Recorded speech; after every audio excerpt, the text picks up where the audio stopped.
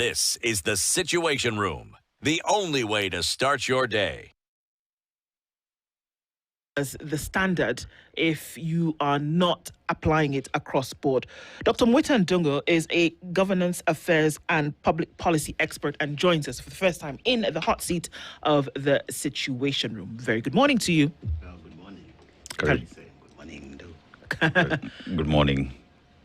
How are you doing? I'm good. Karibu sana. And cold out there, but good. Yes, it's quite chilly in Nairobi. And probably around the country, the weather patterns are changing, maybe getting a little bit colder. But that notwithstanding, things are hotting up.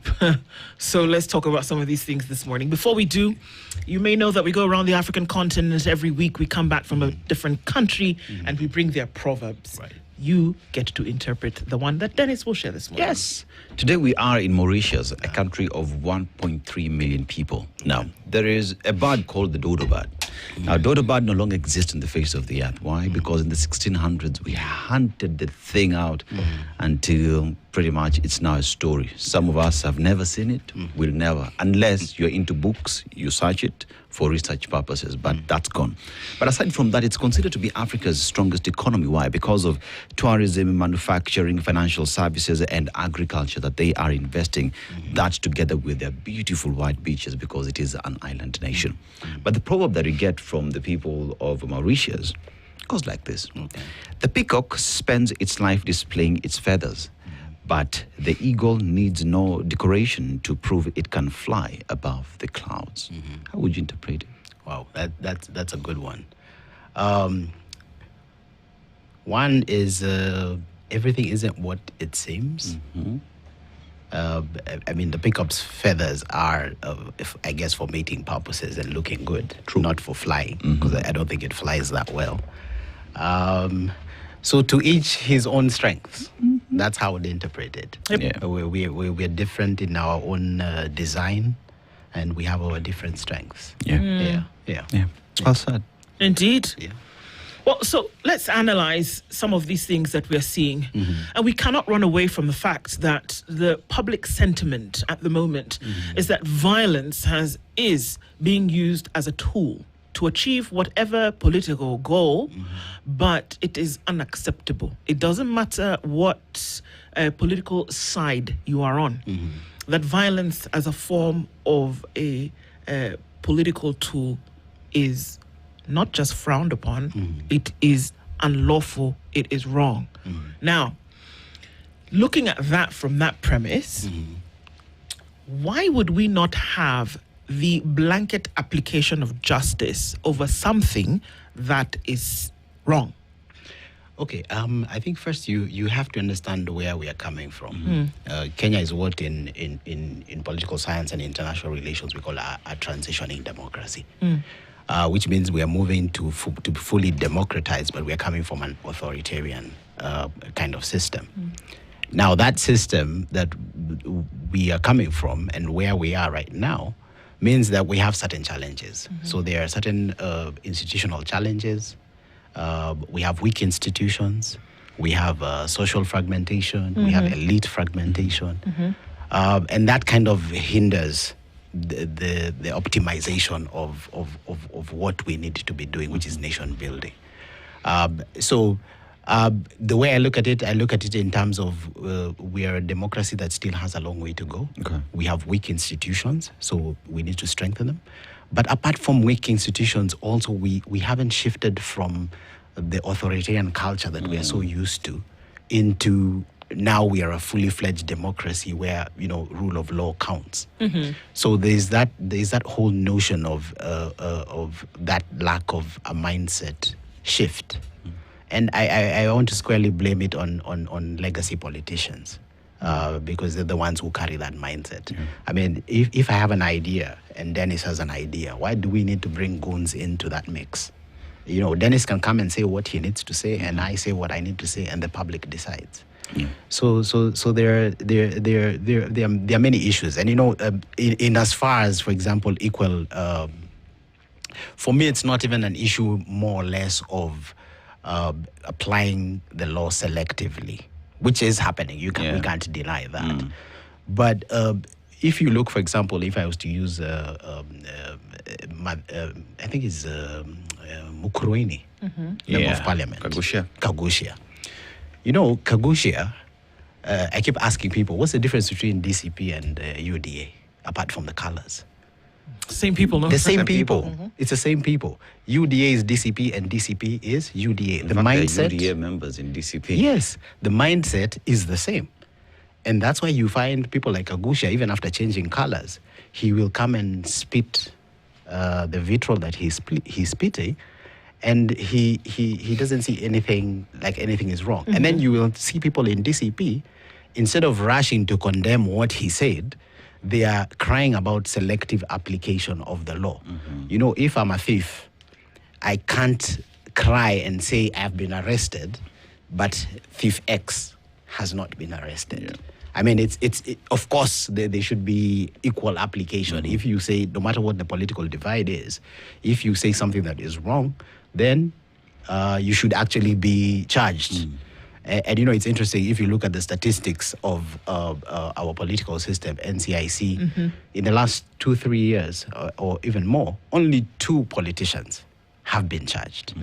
I think there was Peter Salasia, yes, whose case ended up being dropped. And then there's also some, I think some Laikipia. I think there's a Laikipia MP who was also charged. Yeah. The case is still pending. There's, you know, so you're charged. Peter Salasia, for example, the case was dropped in the interest of trying to educate people. Yeah. He kind of made a plea deal, and the case kind of went away. Yeah. The other one was dropped because of a lack of evidence, and you know that speaks to the back to the institutional issues that we have. I was listening this morning, and you were just talking about, for example, they couldn't find a Doluo interpreter.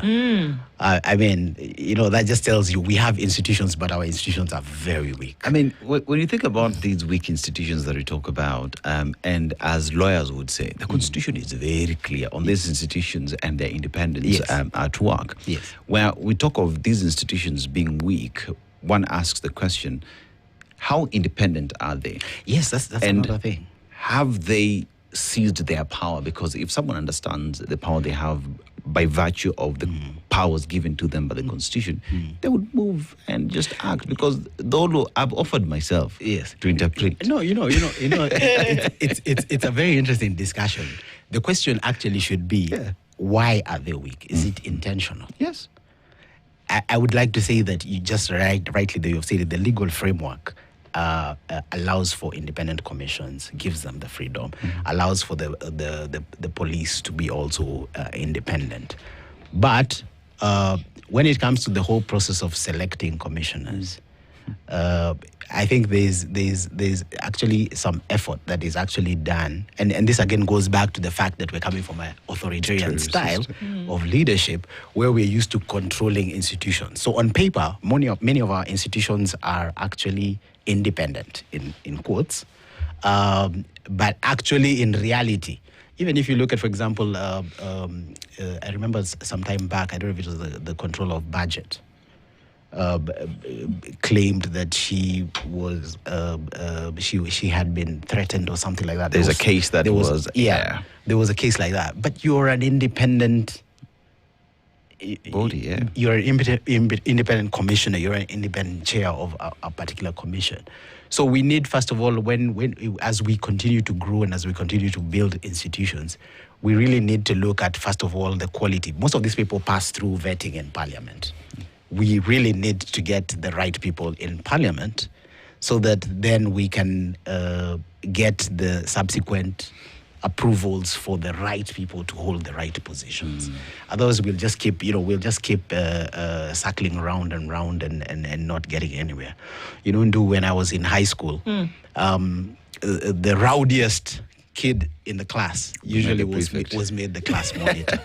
Oxymoron. Yes. And the reason for that is that once they became the class monitor, then the class would come down. Yeah. So even as we say we need to get the right people, maybe some of these culprits post 2027, once they go through some kind of vetting, We should have Duale, for example, as a NCIC commissioner, and then maybe we'll get some headway and move forward. But we really need the independent commissions and independent offices to really step up. Now, will that happen given where we are? I don't see it happening. As a matter of fact, I kind of see it getting more gloomy and more dark. But they say it's always darker before dawn. This dawn is a while away. So this dawn that everybody's... Look, are you alluding to that the appointing authority? Because if we look at all of these, just look at all of these institutions that then now bear the responsibility to hold some kind of standard for social justice are all appointed by the executive. Okay. EACC, NCIC, Police, Inspector General of Police, NCIC. These are all executively appointed commissions. ODPP. So now, I'm now trying to see if I can make a connection. Whereas in a democratic space, in a social justice space where all of these standards are upheld or should be upheld, it wouldn't matter who the appointing authority was. That the assumption was that this appointing authority understands and desires for the rule of law to be held sacrosanct. But that in this case, it would appear that all of these commissions, institutions that you've put independent before are actually not, by virtue of the fact of the appointing authority. No, I wouldn't put it by virtue of the appointing authority, but the rigor of the vetting. You know, the appointing authority in Kenya only receives a list of names and then appoints. The vetting actually happens in Parliament. That's not vetting that happens in Parliament. Yeah, that's the point. It is people who sit down and people come and say things, and then we yawn and scratch and say, okay, is it lunchtime? That's what happens. Yes, and that's the point. So we have a major institutional failure in the legislative branch. But if we go back to the appointing authority, it's almost as though I've put it down on paper. But you know, we often talk about the things we see, but we don't talk about the things that we do not see or that are unsaid. That there seems to be an understanding amongst people that if this person is nominated, that from the beginning, remember we said that maize is not stolen in the granary, it's stolen in the field. So from the very beginning, you already know Daktari, who my person is. So when that list comes, you go yawn and scratch in the vetting process. But this is the guy that we want. Can we just be honest? No, that actually is the truth. I mean, we can't run away from it from the very beginning. Even when you look at the nomination lists for these authorities, it's the same people. Either they are former politicians, political affiliates. It's the same group. I mean, out of 53 million Kenyans, you can't tell me that we don't have fresh names and that there are fresh applicants who actually put in.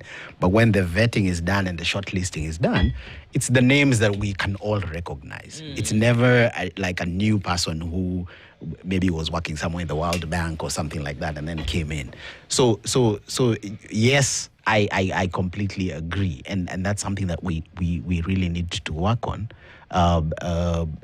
You know, for the betterment of this country. This week, for example, we were talking about Vision 2060, for example. And there's a lot of debate, for example, on, first of all, stock taking on Vision 2030 and where we have been.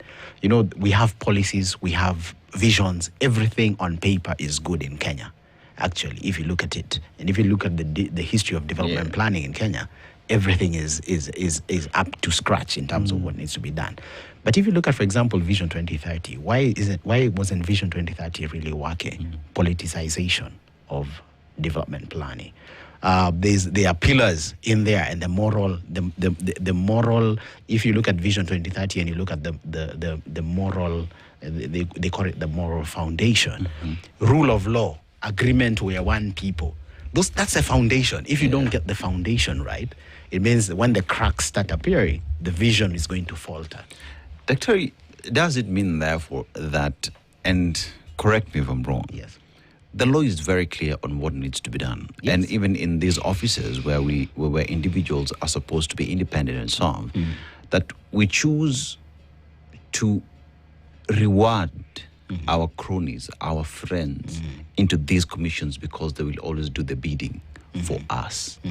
That whilst the Constitution deserves that you get the best there is to do the job, those who supported us, those who said 2022, 2027 are the guys that we will reward because they are our friends and they will shield us in one way or the other when matters hit the fan. Yes, that's we can't run away from that. That's the fact of the matter. I like the way, for example, the Judiciary Service Commission does its thing. There's a public vetting. There's a whole process in you becoming a judge in Kenya.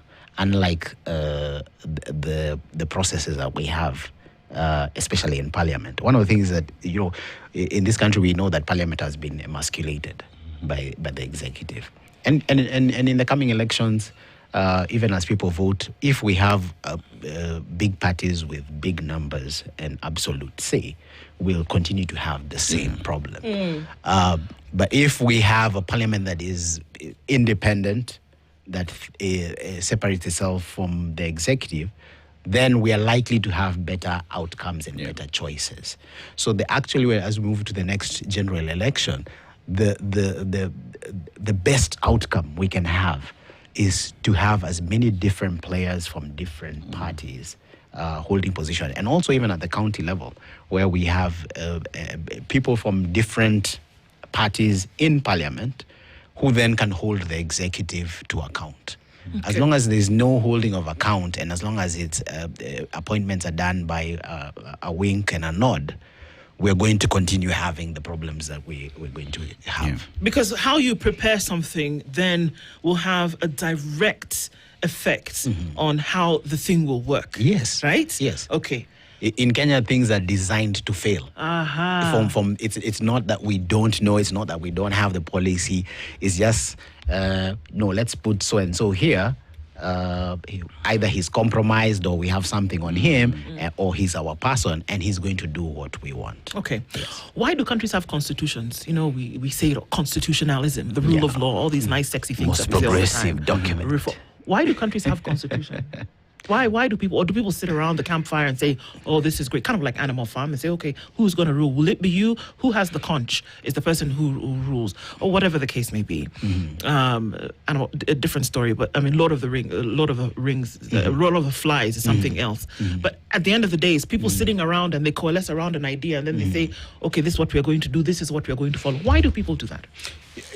You see, people do that because the Constitution sets out the framework of how we want to be governed. Okay. So if you look at, for example, the Constitution of Kenya 2010, there was civic engagement. There were conventions that were held. So the product of the Constitution we have is actually a product of what Kenyans want. Okay. This is what Kenyans decided. These are the rules. These are the things that we need in place. Because of the challenges that were there previously, they decided, for example, we need independent commissions. We need an independent police service. Okay.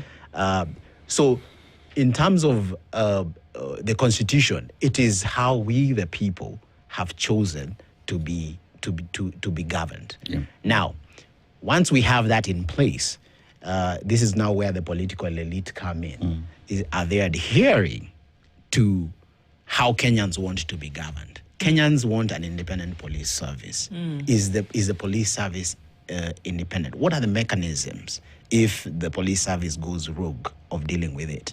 For example, now IPOA is one of the ways that we deal with issues in the police service. How independent are the people in IPOA? So it political goodwill is actually one of the most critical things. You can have the best constitution on paper, but if you don't have political goodwill on anything, on issues regarding rule of law, on issues of development, if you don't have the political goodwill to push for that ideal that Kenyans have spoken that they need, then you're going to continue having challenges. So based on what happened before, usually people say, okay, we don't want that thing anymore. Yes. And we've seen so much destruction that we have said, how about we put in a law so that this is what will guide us? That's what a law does. It guides you. So let's put in this law and we shall abide by it. So the offspring of that is now you have leaders who ensure that that law or that guide works. So in the event that under you, it is not working, what would be the next action? You see, the Constitution also has those safeguards. For example, term limits. For 5 years, we go to an election. We have the election. A president is chosen with a mandate to execute his manifesto, his or her manifesto. And then every 5 years, there's a review. It's actually 4 years. But It's 4 years now, yeah. Okay, every 4 years now, there's a review where they have to come back to us. Now, here's now where the other challenge now comes in. You know, democracy actually requires some form of kind of civic standards and civic education for people to understand what it is that we collectively want. Okay. Politicians will always be politicians. They'll circumvent to maintain the status quo. They'll give goodies, isn't it? But actually, we are meant to be sitting down and reviewing for the past 5 years or past 4 years. How have things been? If we do a marking scheme, then we decide, we look at, okay, what are the options? If we are retaining the president, we retain the president. If we are changing government, we change government. So that safeguard is actually there in the Constitution. Did it start wrong from that go? Why do I say that? When you look at the implementation of the Constitution immediately after the promulgation, you remember the commissions that we had, the Nyachai Commission, Commission on Implementation of the Constitution. You talk about the Devolution Committee, I think, by then that was also in charge of handling transfer of functions to the counties at the time. You talk about the very first National Police Service, I think it was a commission, the Kavuludi Commission as well, that was in charge of vetting, of clearing these police officers when we saw all these interviews being taken place. The gentleman actually was even threatened with a head outside his office, you know. You talk about Aipoa, Njeru, Lawyer Njeru heading these institutions. But then CIC was bundled and then all those functions were taken back to Parliament for them to continue with the process of making sure that implementation of the Constitution continues. And that is what many say we went wrong from the word go. Okay, so did we get it right? No, okay, so did we get it right in terms of the Constitution that we have? Yes, the Constitution we have is one of the most progressive constitutions that is there in the world. Have we fumbled in terms of implementation? Have we gotten it wrong? Some aspects, yes, we have. And, you know, that goes back to the whole issue that I was talking about transitioning democracies. Yes. You know, when you have a system that favors a certain elite or a certain group of people, and then you have a radical change, there are people whose mindset is still vested in the old system. Okay. Actually, if you look at the constitutional challenges that we have, is people who, and that's why I was talking about the legacy politician, they are still stuck. You can't teach an old dog new tricks. They're still stuck in the way things were. The way when they grew up, this is what Moi used to do. When they joined Moi, this is what they used to do. So now all of a sudden, you people have come up with a new constitution and you want us to do things differently. It takes a while. The very progressive ones will adopt and change. The others will still be, you know, wishing for the good old days where they had the ultimate power to do everything that they could do. So I feel like with time, you know, the good thing with the legacy politicians and with age is that there's a phasing out that usually happens. If you look right now, we're in the last the last straws of everyone who used to be in Kanu. Very few of them are actually left who are in Kanu. Maybe after this election, we'll have even fewer. And if the subsequent election also happens, we'll soon have a group of leadership that were never part of the old Kanu regime.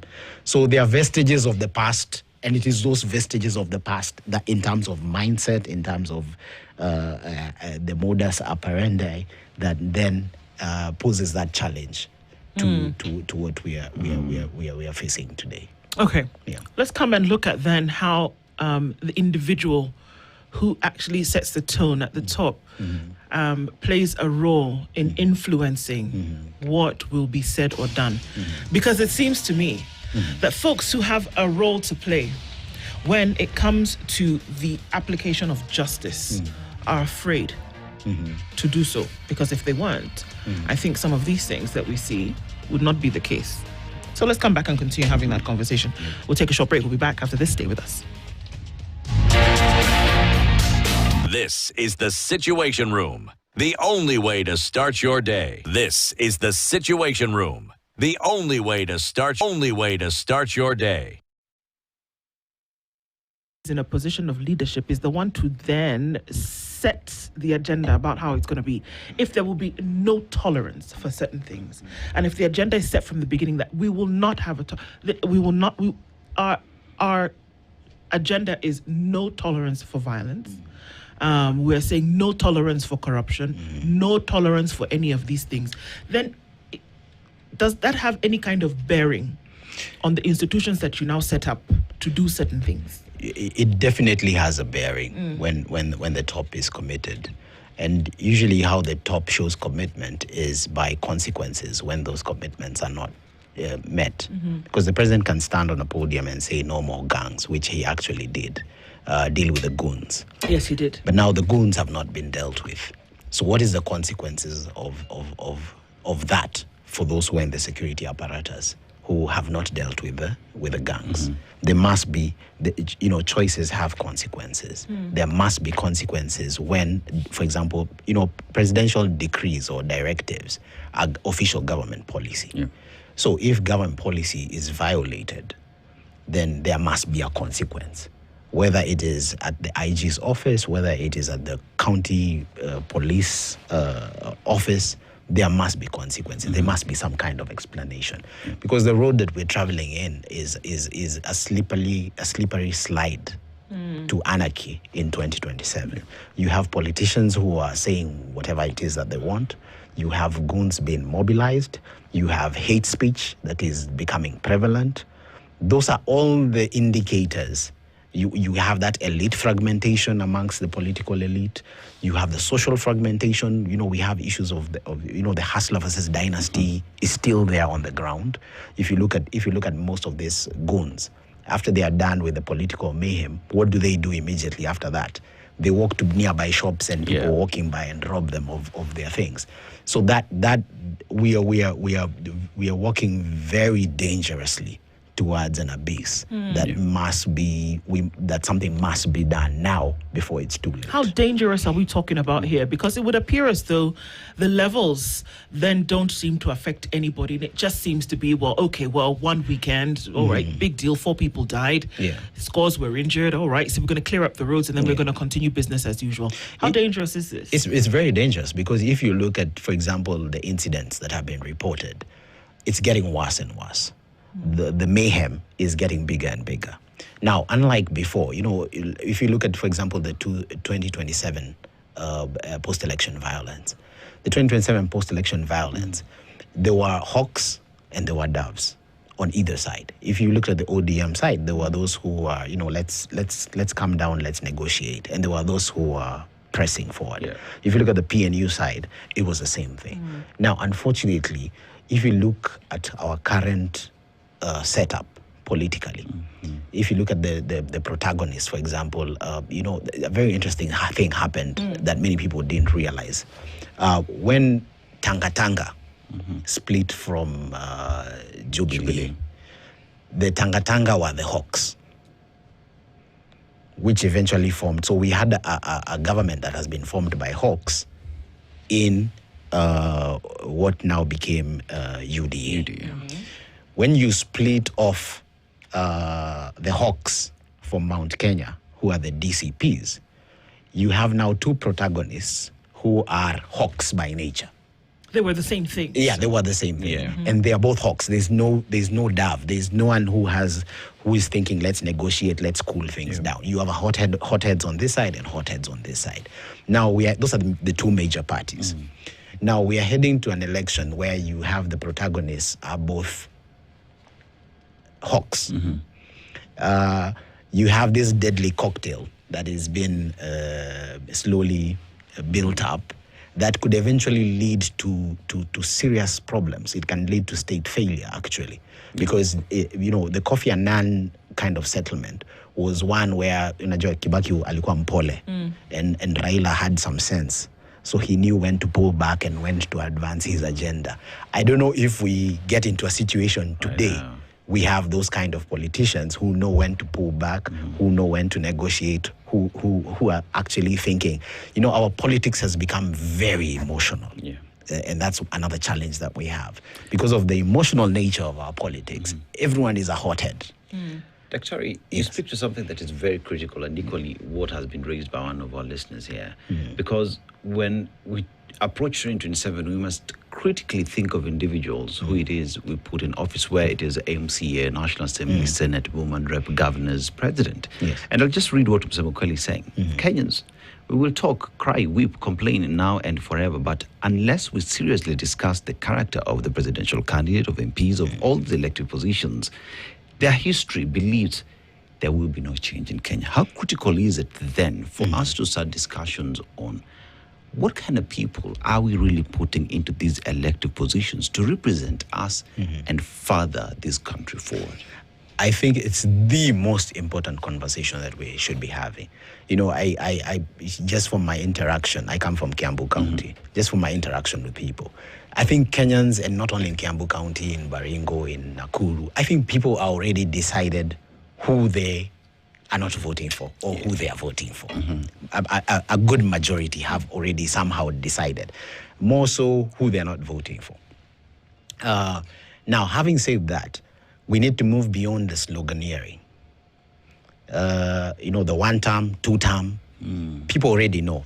Psychologically, people are either aligned one term or two term. But now we need to move beyond that and start now looking at what you're talking about. We need to look at, for example, the ideology, the philosophy. The problems will not be solved by the sloganeering.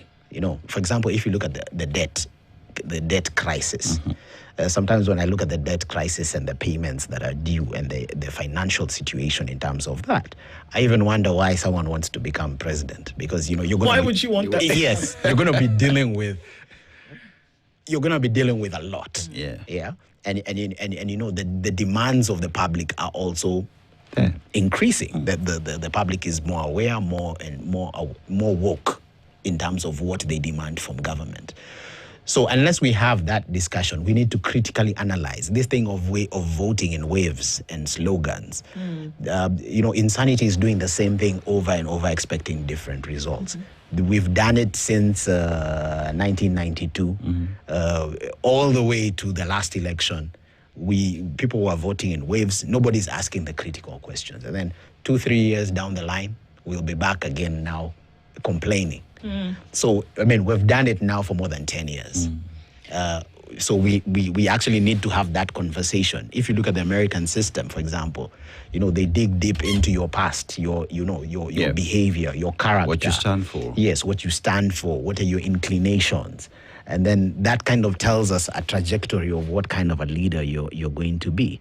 But do we do that? If you look at the mud that is thrown on both sides of the political divide today, there's mud about character of person X and person A. And I tend to think what one party says about the other, the funny thing is in the political situation that we're in, I firmly believe that none of them are lying. What X says about Y is 100%, and what Y says about X is 100%. You know what I'm saying? Is 100%. So have Kenyans settled on the fact that that your leaders, or rather the people who offer themselves for elected positions, are the individuals who should not be close to those positions, but you go forth and vote them anyway? Okay. Or is that the offering that is on the table? Yes. Now, the prayer is that this election is going to be different. The Gen Z revolution kind of showed that we've reached a critical breaking point. If you talk to young people in this country, they're saying this is, if this doesn't work, forget the Constitution. They're saying that openly if you go online, right? But many people who traditionally didn't run for office are now running for office. I'm actually one of those people, but that's a story for another day. But so a lot of people who have not been involved in the political process are looking at what is happening. And then you remember that in the last election, there was a silent majority. that did not vote. Yes. Why? Because they looked at what the options were, and they were not happy with those options. But now, I'll give an example of my own situation. On that day, I was doing some barbecue. I'd say, I'm not going to vote. Look, the choices are not appealing to me. But then, now in hindsight, I'm full of regrets. Like my vote could have counted, but it didn't. So this time, I want my vote to count, and there are many millions of Kenyans who are looking at the situation, looking at the slide, looking at the rhetoric, and there's hope. I feel like there's hope. If you look at the waves, for example, Linda Mwananchi, Linda Mwananchi, if you ask me, signifies and carries that hope. Whether it will be actualized if they take power is a different thing. But people want some kind of change. But even in the traditional strongholds, if you went to Bomet, Kericho, there are also young people who are putting themselves forward to run under UDA. Under that outfit. So even in our various local regions and within different political parties, there is an upsurge of new blood that is coming in. And given the demographics, I think I'm hopeful that there will be change, that we will finally put an end. And that's why I said that it always looks darkest before dawn. I feel like that dawn is coming in, and we will have progressive people. I keep on hearing young people saying, forget about the wave. You people might be talking about a wave. Let me just give you an example. Let me go back to Kagushia. I don't know, maybe it's not his lucky day today. I said there's no difference between Kagushia when he was in UDA and when he's in DCP. Yeah. Kagushia voted for the 2024 finance bill. Right? No apologies still today for that, right? Never voted for the impeachment. The 2027 election for young people is not about Gachagwa's impeachment.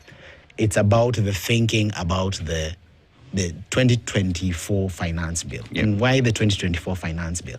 The 2024 finance bill indicates that you went against our actions. We wanted you not to vote no, but you voted yes for your own parochial interests. So we're going to hold you to account for that. So there's a holding of account that is coming, that many people are not seeing. In the wave of the party colors, there's a lot of that. But in the end, when people are starting to digest and think about issues, those questions now will come up. Going to an election the year before, and we're talking about where there's a baying for blood in terms of people who did certain things. It's interesting because I was just telling Dennis earlier on that I had a privilege of doing some work at the International Criminal Tribunal for Rwanda in Arusha. And we sat in those sessions and listened to the things that actually happened in Rwanda, testimony that was given. But you know what? The people who did the slashing of throats and all of those things were never on the dock. It was the people who paid. It was the people who gave direction. It was the people. Those were the people then who were essentially sitting in those boxes, who were telling the court what they did. Yes. It was those people who were held to account. Yes. So here it is, and these people might kill, maim, injure, but the people who will be brought to account are essentially leaders. Yes. So how can we be having conversations towards, you need to be really careful about who you choose to be your leader, because you could get to this place. How do we shift the conversation to say, it can be great, like you talk about the sloganeering and all of that, but who are you selecting? Because they have a potential of sending things down the slippery slope. Right now people are charged up and people are very emotional. So you're right, we kind of need a reset, because you're actually right. When you look at the International Tribunal for Rwanda, if you look at the ICC cases, it's this with the highest responsibility. Now, if you look at where we are in terms of the digital age, unlike before, there's so much evidence that is being collected. There are non-governmental organizations. Is it Haki and Ukweli and all these different organizations that are actually collecting this data. You have been captured, for example, in Homa Bay, speaking in your native language, inciting people. Fine, the system maybe will entertain you, but when the slippery slope starts, that's evidence that has already been logged into the internet that is not going anywhere. For perpetuity, it's going to be there. Yeah. So who says that if you find yourself in a tribunal or you find yourself at the ICC, you're already building a case against yourself by how you're behaving. Now let's switch a bit and talk about the voters. A lot of civic education needs to be done. Okay. Yeah. Not enough civic education in Kenya has been done, where people are able to relate actions of politicians and the higher-ups with their actual situation on the ground. I saw somebody saying that if you look at, for example, those advocating for a particular political party, they're actually the ones who have suffered the most economically from the actions of that political party. But they are not able to relate because, people also, because of the nature of the economy, are on survival mode. Many of these people are not actually bad people. They are actually people maybe who are frustrated, are looking for daily bread. So they are told, I remember, for example, the Old Kalau. There was a group of young men who had been accosted. They were goons, had been hired and came into Old Kalau. Yeah. And they were accosted and they were being asked, like, what are you doing here? Who paid you? And, most of them were like, I was paid by so-and-so. We were just told, let's go and do this. So for them, when you look at them, the 500 shillings, the 1,000 shillings, it's not that they're actually bad people. They are just desperate people. So many of these young goons and young people are actually just desperate people trying to earn a living. Now, so now we need to do some civic education. Like, first of all, you're in this predicament because of these politicians. Secondly, there's a better way to do this. Don't worry about just today. Worry about the long term. Because they don't really care about you. Once your job is done, like this fella. Yes. This is truly, once your job is done, these guys don't care. Yes, they don't. You. They don't even know them. I mean, I'm sure like that goon now who's in the paper, some of them are knowing his name today. But they were on the payroll. I mean, he just gave money to his PA and maybe said, go pay them. He doesn't know the actual person's name. You see, we talk about civic education, and there are agencies. One would say that even IEBC would be on that path right now. Political parties themselves should be on the path of civic education to enlighten people as to what voting right means, what different change, what change would mean to your life. But no one is taking that route, because then Mwananchi would be enlightened and perhaps would say no to you. So it is by design. It is intentional that we'll not take the path of civic education. We'll take the path of spewing hate because that's what we know how to do. Major political parties in this country don't want you voting on logic and sense. They want you voting on emotion. So that's why you see on both sides, there's an increase in hate speech. There's an increase in derogatory remarks against each other.